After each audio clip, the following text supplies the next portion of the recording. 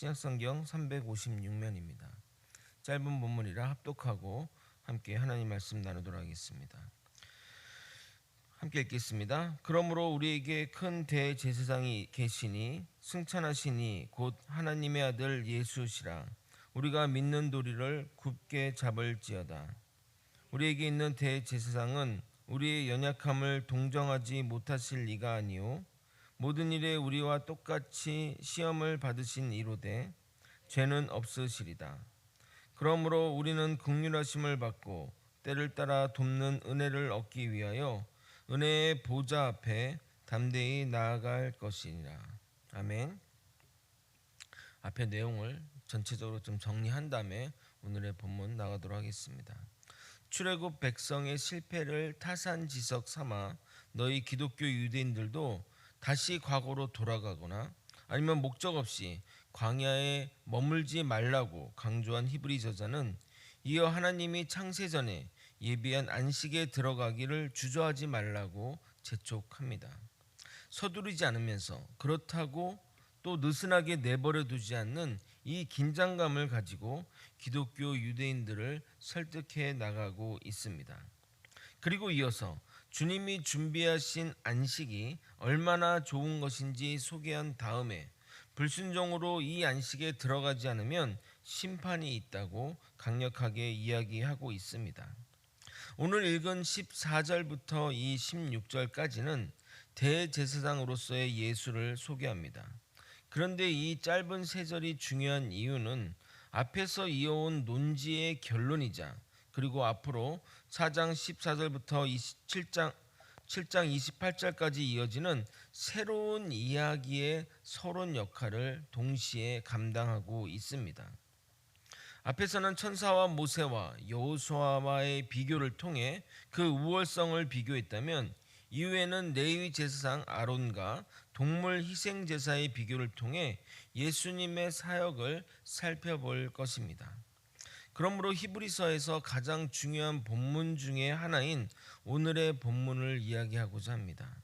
아마도 어떤 분들에게는 예수님이 어떤 분인지 깨닫고 우리가 어떤 행동을 해야 할지 알려주는 중요한 본문이 될 수 있으니 주의 깊게 들어주시길 바랍니다. 예수님을 대제사장이라 소개한 히브리서 본문을 따라서 이 대제사장이 무엇인지 우리가 한번 또 대제사장이 무슨 역할을 감당했는지 살펴보도록 하겠습니다. 유대 철학자 필로는 대제사장 직분에 대해 이렇게 설명하고 있습니다. 유대사의 대제사장은 백성을 대표하고 속죄 시에는 백성과 자신을 동일시했으며 그리하기 위하여 하나님과 특별한 관계를 유지했다고 합니다. 그래서 이 특별한 관계는 하나님을 독대할 수 있는, 하나님을 만날 수 있는 그런 그 관계를 말하는 겁니다. 그래서 지성소에는 오직 대제사장만 들어갈 수 있으며 타락한 대제사장이 들어가면 죽임을 당할 수 있다고 하여 지성소로 들어갈 때는 그 대제사장 발목에 방울을 달고 밧줄로 묶었다고 합니다. 밖에서 제사장들이 기다리고 있다가 방울 소리가 울리지 않으면 밧줄을 당겨 그 시신을 끌어냈다고 합니다. 죄를 지은 상태로 들어가면 하나님이 벌하셔서 죽을 것으로 생각해서 말입니다. 그러므로 대제사장은 하나님 앞에 깨끗하고 정결한 자야 가능한 것입니다. 또한 대제사장이 자신의 직무를 온전히 수행하려면 하나님과 인간을 완전하게 아는 자라야 가능합니다. 왜냐하면 하나님의 말씀을 인간에게 전하고 또 하나님의 임재하심을 인간에게 보이며 인간을 하나님 앞에 인도하는 자이기 때문입니다. 대제사장은 인간이면서 정결한 자야 하며 인간과 하나님을 연결할 수 있는 자야 하는 것입니다. 그러나 인간 대제사장은 유한한 존재이며 죄에 무력하고 한계가 분명하게 하나님과 인간 사이의 이 중보자로서의 그 역할을 완전하게 감당할 수 있는 자는 예수 그리스도밖에 없습니다. 왜 예수 그리스도뿐인가? 그 이유를 오늘 본문을 통해 제시하도록 하겠습니다. 먼저 14절을 다시 한번 읽어보겠습니다. 여러분이 한번 읽어보겠습니다. 시작. 그러므로 우리에게 큰 대제사장이 계시니 승천하시니 곧 하나님의 아들 예수시라. 우리가 믿는 도리를 굳게 잡을지어다. 그러니까 완벽한 대제사장, 이 대상이 우리에게 있다고 말하고 있습니다. 그분은 하늘로 승천하신 분이십니다. 이 일은 지상에서 역할만 감당하는 대제사장 레인들이 경험할 수 없는 일입니다. 그래서 인간 대제사장은 불완전하다는 것입니다. 여기 계신 여자 성도분들 계시지만 군대 얘기를 제가 아무리 자세히 얘기를 하더라도 또 경험하지 못하면 모르는 것들이 있습니다. 예를 한번 들으면 빰빰빰빰빰빰빰, 이게 뭔지 아십니까? 바로 기상나팔 소리입니다. 군대를 다녀온 사람은 이 소리만 들으면 자다가도 벌떡 일어나게 하는 소리입니다. 제가 제대한 지 20년, 20 몇 년이 넘었지만 이 소리만 들으면 온몸의 세포가 다 깨어나 일어나게 됩니다. 예수님만이 우리를 하나님께 인도할 수 있습니다. 왜냐하면 예수님은 하늘로 승천하신 분이시기 때문입니다. 두 번째로, 대제사장이신 예수님은 하나님의 아들이십니다. 하나님의 아들이라는 것은 하나님과 동일한 신성을 가진 자라는 말이며, 예수님은 하나님과 동일한 분이심을 나타내는 표현입니다. 우리 예수님은 이렇게 능력의 하나님이십니다. 요한복음 14장 9절에 10절은 예수님의 입으로 본인의 그 정체성을 표현하는 말입니다. 예수께서 이르시되 빌립아, 내가 이렇게 오래 너희와 함께 있으되 내가 나를 알지 못하느냐? 나를 본 자는 아버지를 보았거늘 어찌하여 아버지를 보이라 하느냐? 내가 아버지 안에 거하고 아버지는 내 안에 계신 것을 내가 믿지 아니하느냐? 내가 너에게 이르는 말은 스스로 하는 것이 아니라 아버지께서 내 안에 계셔서 그의 일을 하시는 것이라. 이로써 인간 대제사장과 대제사장인 예수님은 근본부터 차원이 다른 것입니다. 말씀으로 존재하시던 하나님이 완전한 인간이 되어 이 땅에 오셨기에 예수님은 완전한 신성을 가진 하나님이시자 하나님의 아들임이 동시에 또 완전한 인간이십니다.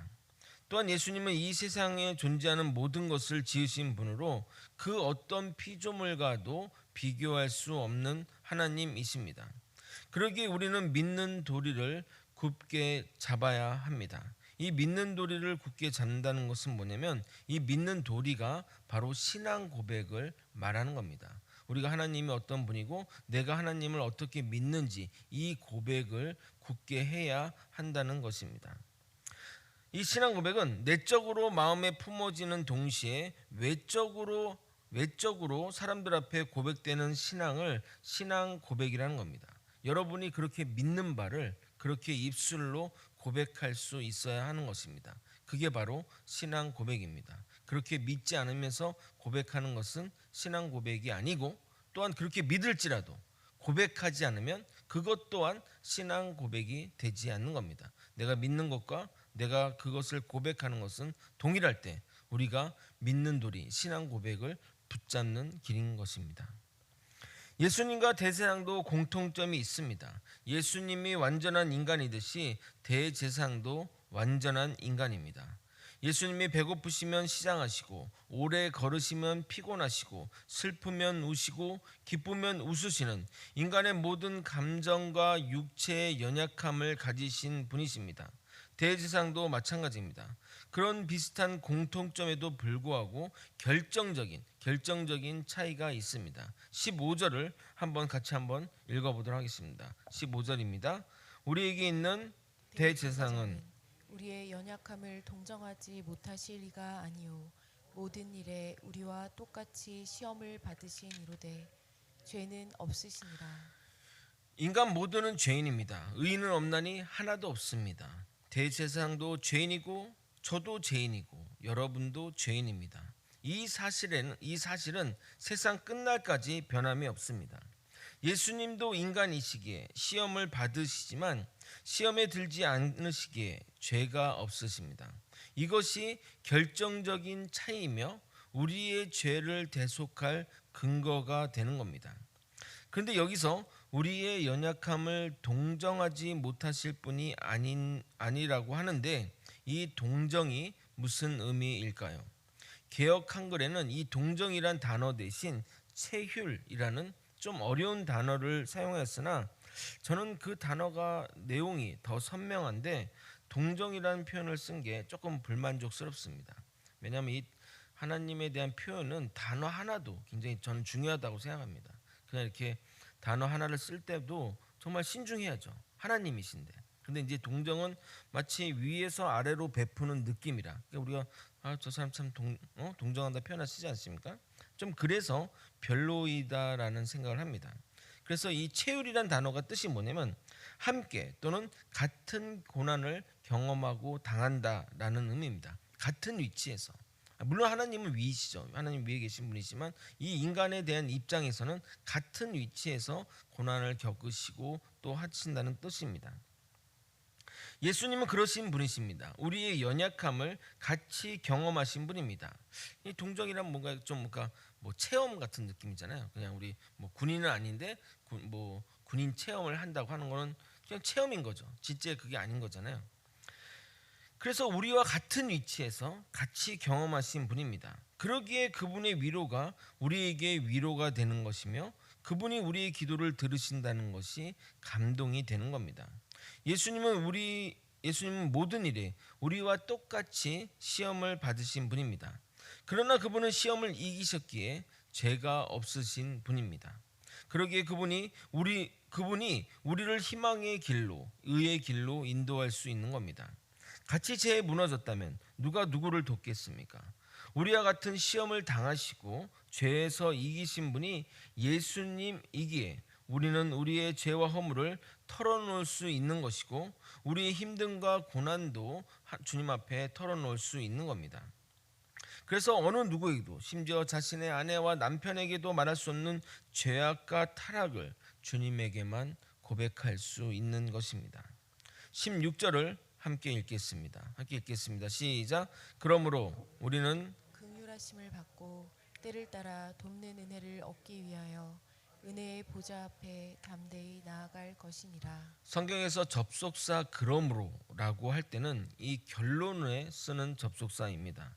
예수님이 우리와 같은 고난을 겪으셨으니 죄가 없으신 같은 고난을 겪으셨으나 죄가 없으신 분이라는 걸 알았다면 그러므로 우리는 예수님께 긍휼하심을 받으러 나아갈 수 있습니다. 여기서 이 긍휼의 히브리어는 헤세드로 해석되는 자비와 은혜의 축복을 말하는 것으로 예수님이 우리를 이해하고 받아주셨다는 것을 아무 이유 없이 우리를 이해하고 받아주셨다는 것을 의미합니다. 우리를 받아줄 것을 안다면 우리는 주님 앞으로 나아갈 수 있습니다. 예를 한번 들어보겠습니다. 제 아들이 저에게 큰 잘못을 저질렀습니다. 분명 그 일 때문에 자신이 했던 일들 때문에 쭈뼛쭈뼛거리며 저에게 나오지 못하였습니다. 저에게 혼날까봐 또는 실망시킨 것에 대한 죄송한 마음에 멀찍이 서 있습니다. 그런데 제가 이때 아들에게 이렇게 말했습니다. 아들아, 괜찮아. 나도 너 나이 때는 부모님 많이 실망시키고 힘들게 했어. 아빠는 괜찮으니 와라 한다면 아들은 눈물을 훔치며 아빠 하고 달려올 것입니다. 이 긍휼하심을 받았다는 뜻이 바로 이런 의미를 올 수 있다는 그 허가를 받았다는 의미인 겁니다. 때를 따라 돕는 은혜란 필요할 때 필요한 도움을 말하는 겁니다. 그런 도움을 받으려면 은혜의 보좌로 나아가는 것이 전제되어야 합니다. 왜냐하면 얻기 위하여라는 이 단어는 목적을 의미하기 때문입니다. 그러니까 때를 따라 돕는 은혜를 얻었으므로 은혜의 보좌 앞으로 나아가라고 말하지 않고 그 은혜를 얻기 위하여 나아가라고 말하는 겁니다. 그러니까 여러분이 삶의 어떤 고난과 어려움이 닥치면 가장 먼저 기도의 자리로, 주님의 자리로, 예배의 자리로 나오라는 말입니다. 그래야 때를 따라 돕는 은혜를 받게 되는 겁니다. 이 부분을 아까 아들의 예화와 연결해 설명해 보겠습니다. 아들아, 용서한다. 나한테 와라. 두 팔을 벌렸는데 그 아들이 아버지, 저와 같은 불효자는 받아주시면 안 됩니다. 저는 아버지에게 갈 수 없어요. 하고 뛰쳐나가면 어떻게 되겠습니까? 안아주고 싶어도 안아줄 수 없고 용서하고 싶어도 용서할 수 없는 것입니다. 물론 하나님이 그 팔이 넓으셔서 어디서도 안아줄 수 있지만 말입니다. 그런데 정말 우리 가운데 믿음의 사람처럼 이 하나님의 은혜, 이 하나님이 베푸신 이 은혜를 누리지 못하고 방황하고 헤매는 사람들이 많다는 겁니다. 그러나 분명히 성경은 이렇게 말합니다. 어색해하지 말고 담대히 나아가라고 말합니다. 오늘의 이 성경 구절을 마음판에 새기고 외우시기 바랍니다. 정말 그런 경우 왔을 때 꼭 실천하시기 바랍니다. 우리 16절 다시 한번 읽어볼까요? 다시 한번 명심하시고 한번 더 읽어보도록 하겠습니다. 시작. 그러므로 우리는 긍휼하심을 받고 때를 따라 돕는 은혜를 얻기 위하여 은혜의 보좌 앞에 담대히 나아갈 것이니라. 아멘. 말씀을 정리하겠습니다. 여러분이 고난과 환난 속에 있다면 주저없이 주님께 나아갈 때입니다.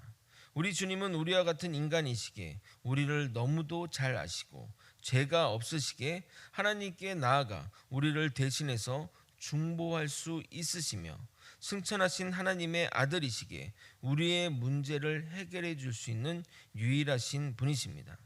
앞으로 살펴보겠지만 인간 대제사장은 예수님의 사역을 미리 우리에게 알려주기 위해 예표적으로 활동한 자입니다. 그러므로 우리의 영원한 대제사장이신 예수님을 굳게 붙잡고 은혜의 보좌로 담대히 나아가야 할 것입니다. 우리를 위로해 주시고 우리의 문제를 너무도 잘 아시는 주님께 나아와 긍휼과 용서를 받고 때를 따라 돕는 은혜를 받아가지며 살아가는 저와 여러분이 되시길 예수님의 이름으로 소망합니다. 기도하시겠습니다. 하나님이 우리에게 주신 그 한량없는 은혜와 또 긍휼하심과 용서하심과 또 우리의 죄의 문제 모든 문제를 해결하시고 또 우리에게 받는 고난과 환난 가운데 위로를 받기 위하여 우리는 반드시 그 주님의 보좌 앞에 담대히 나아갈 수 있는 이 신앙과 이 믿음으로 살아가게 도와주시옵소서. 아버지, 내가 힘들다고 한다면 아버지, 기도할 때입니다. 예배할 때입니다. 주님께 나아갈 때입니다. 이 사실을 잊지 않고 평생의 삶 가운데 믿음 생활 가운데 잊지 말고 그렇게 살아갈 수 있도록 역사하여 주시옵소서. 사랑이 많으신 예수 그리스도 이름 받들어 기도드립나이다. 아멘. 주기도문으로 예배를 마치겠습니다. 하늘에 계신 우리 아버지여,